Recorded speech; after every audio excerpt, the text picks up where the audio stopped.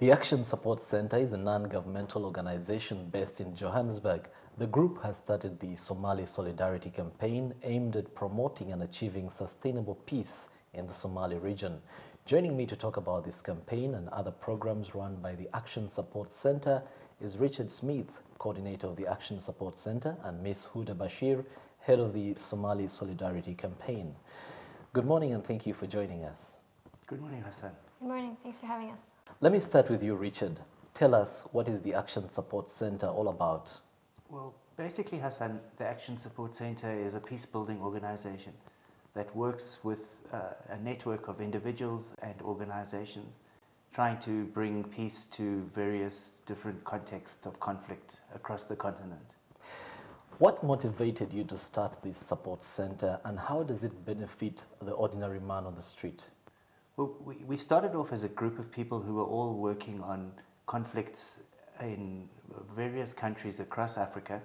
And what we found was that often people who are coming out of situations of crisis find themselves quite isolated.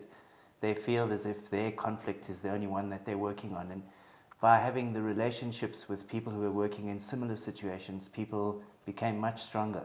And so we started a network that then became more formal over time, until the support center was started. And the way it helps the ordinary person on the street is basically if there are people who are trying to work with conflict in a different way, who want ideas and advice on how they can come up with strategies, they can come to us and we're in a position to offer the advice and support that we can. Let me come to Huda.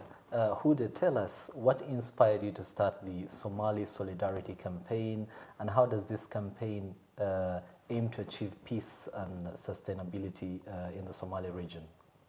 Well, I actually recently just came to Johannesburg, South Africa. The inspiration behind the campaign, perhaps Richard can speak a bit more about. Okay, sure, I can. In fact, you'll see on a lot of the literature around the Somali Solidarity Campaign, the original idea came from a colleague of ours whose name was Dekha Ibrahim Abdi, who's a Kenyan Somali from a place called Wajir on the northeastern part of the country. Dekha sadly passed away just over a year ago, but while she was still with us, a lot of her ideas were about how to create stronger linkages between the Somali region and Somalis in the diaspora. And she traveled many times to South Africa and was inspired by some of the changes that have taken place in the country.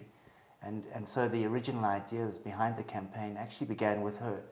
And when she sadly passed away, we thought that it was fitting for us in memory of her to try and make the campaign come to life and turn it into a reality.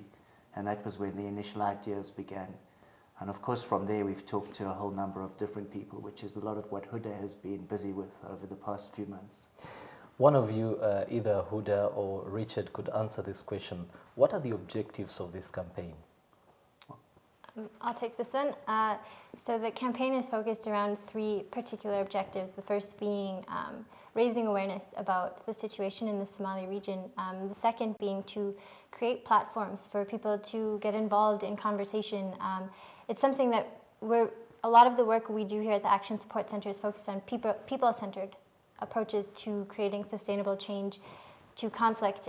So providing meetings where people can get together, but also just a series of learning exchange events, activities for people to get involved and work together in order to take the campaign forward. So it's supposed to be people-driven, more so than driven by the Action Support Center. And the third objective is raising funds for Wajir Peace University in northeastern Kenya.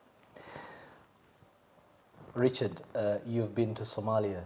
Yes, Hassan. I think you'll answer this question. Who are some of the organizations you are networking with in the Somali region and back here in South Africa? Okay, well in the Somali region itself, we try to work on both sides of the border between Kenya and Somalia. So on the Kenyan side, we work with the Wajir Peace and Development Committee, which is a small community-based organization. That would be one of our main partners. But we also have groups in Garissa, as well as in Mandera that we work with. There's a Mandera Peace Committee that we work closely with as well. And in Garissa, there are developmental organizations that are already village committees that people have set up that we connected to through our networks. And then in Somalia itself, at the local level, we work with groups like the Somali Youth Development Network that operates out of Mogadishu. In Somaliland, in Hargeisa, there are organizations there that are partners with the International Organization for Migration that we are connected to. SOGDIA is another grouping that people may have heard of. And basically, we try to build networks around the existing relationships that are there between people. Of course, a lot of those organizations are far away, and because we're situated here in South Africa and our focus is on solidarity, there's strong links with organizations here too that have been part of the consultation process. Huda, what are some of the organizations that we've been working with? We have some very close ties with the Somali Association of South Africa, and we recently had a very successful meeting with the Migrant Community Board, which is bringing together stakeholders who aren't just from the Somali diaspora, but people who can get involved all together on the campaign, as well as the Somali Community Board.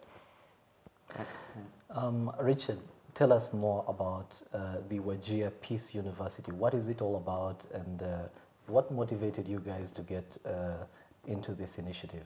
Okay. Well, Hassan, I talked a little bit earlier about Dekha, our colleague and friend.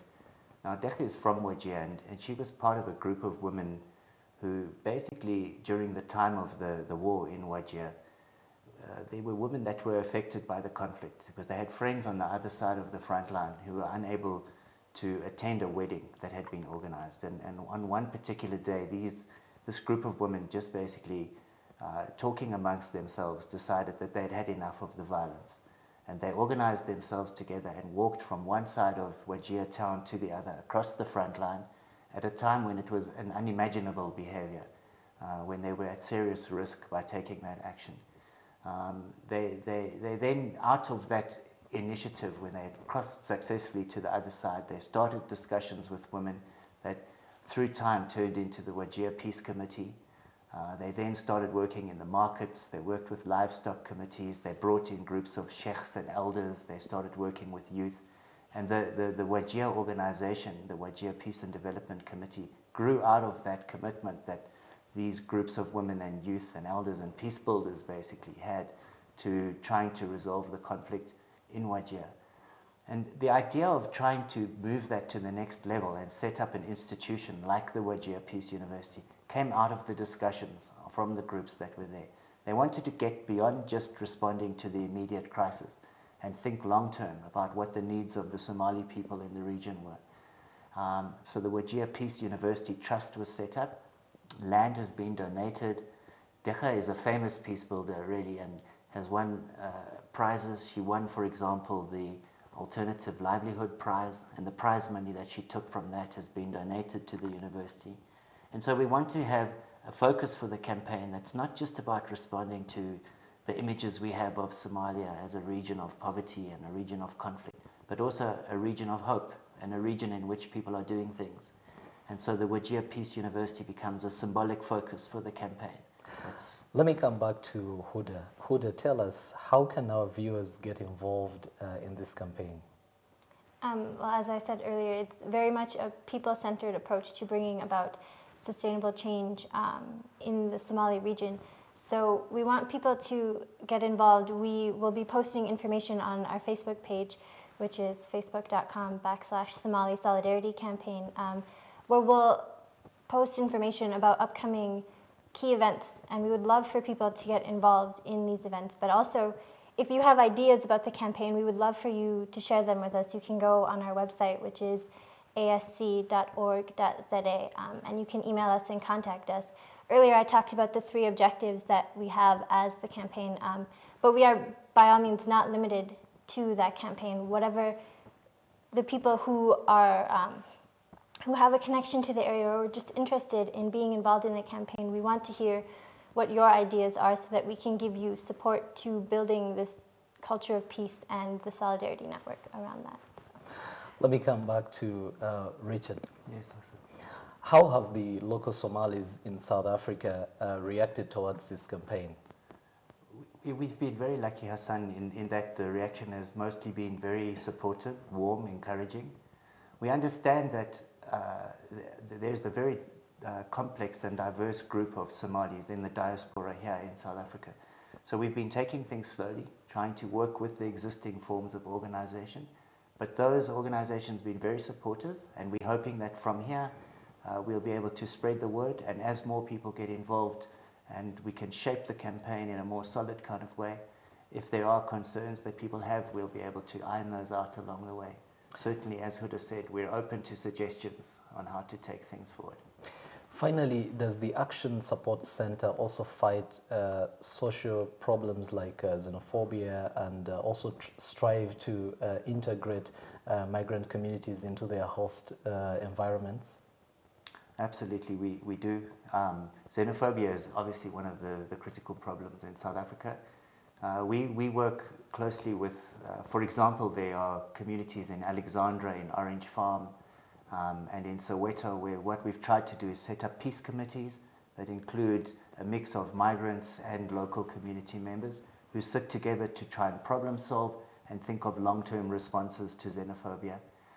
We also work with groups in Durban and in Cape Town, trying to see how we can create that culture of peace that Huda was talking about earlier on, both here at home and also, of course, on the rest of the continent. Thank you for your time, Richard Smith, coordinator of the Action Support Center, and Miss Huda Bashir, head of the Somali Solidarity Campaign.